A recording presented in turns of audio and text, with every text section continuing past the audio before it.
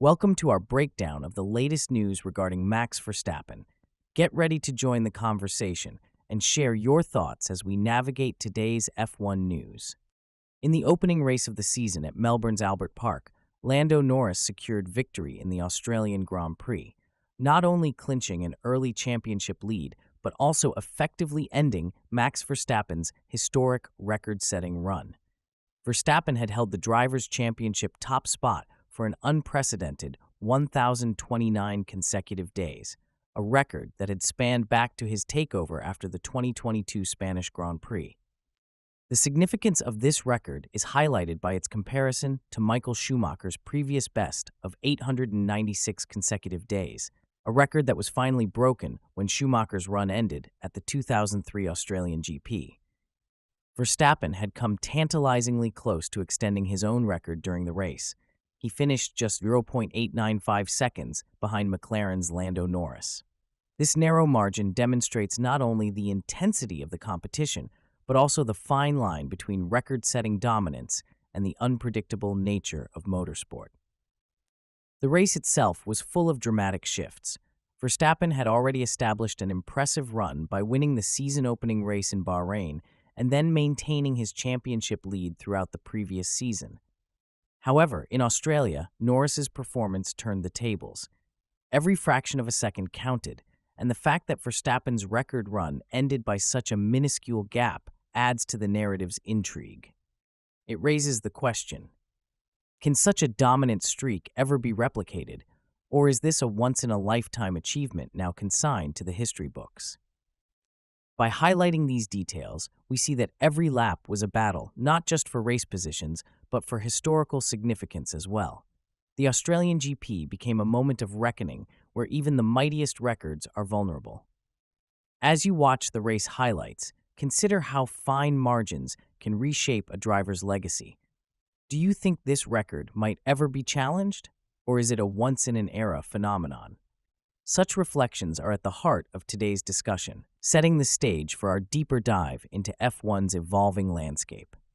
Moving on from the dramatic end of a record, our next segment examines a game-changing technical development.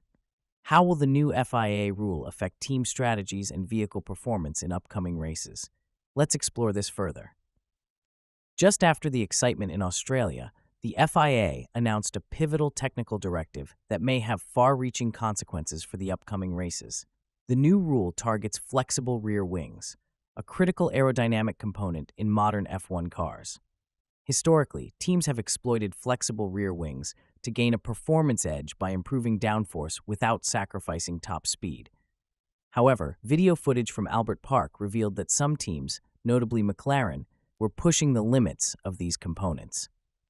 To address these concerns, the FIA has slashed the permissible movement tolerance on rear wing tests from 2 mm to a strict 0.5 mm, starting from the Japanese GP, although for the Chinese GP, a minor concession of an additional 0.25 mm is permitted due to the abrupt nature of the ruling. This sudden change is designed to standardize the aerodynamic performance of all cars and to curb any unfair advantages. While every team passed the rear wing tests in Melbourne, the new rule sets the stage for strategic recalibrations. Red Bull, for instance, appears to stand to benefit from this change. Unlike McLaren, which had taken advantage of the flexible rear wing for significant performance gains, up to 3 to 4 tenths per lap, according to Racing News 365, Red Bull's design did not exploit an opening in its rear wing. Therefore, the stricter regulation is poised to level the playing field, or even swing momentum in favor of Red Bull. This development invites critical reflection. If a team's setup was heavily dependent on aerodynamic flex, how will they adapt? And will the new directive truly negate McLaren's previously observed advantage?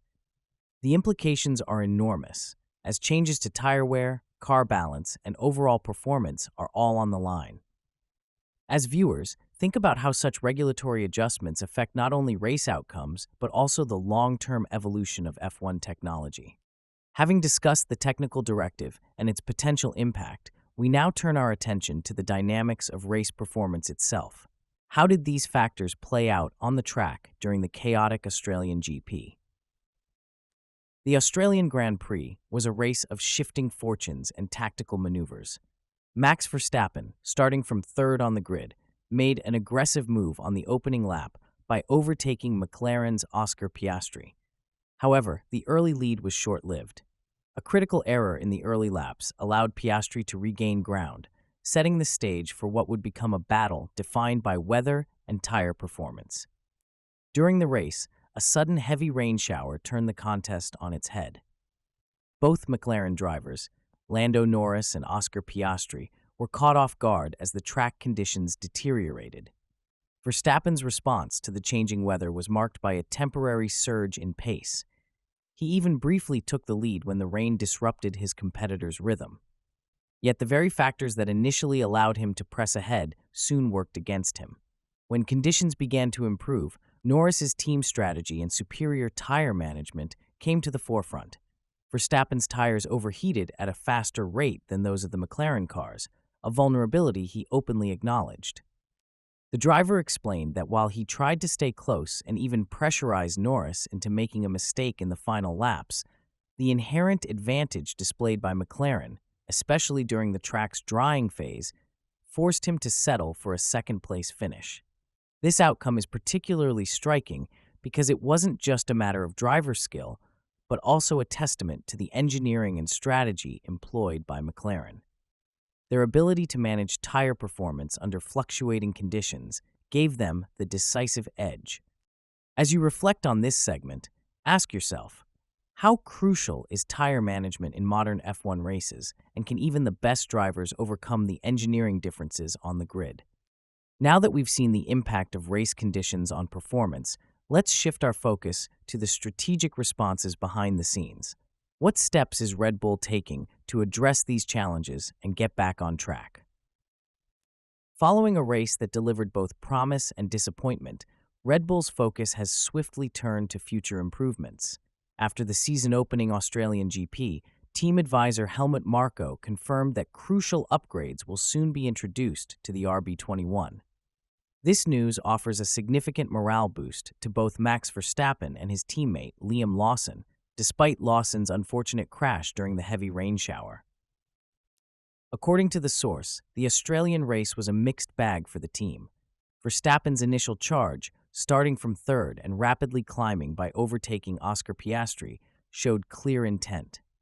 However, as conditions worsened and the McLarens capitalized on the chaos, Verstappen was forced into a runner-up finish after making a decisive pit stop for intermediate tires.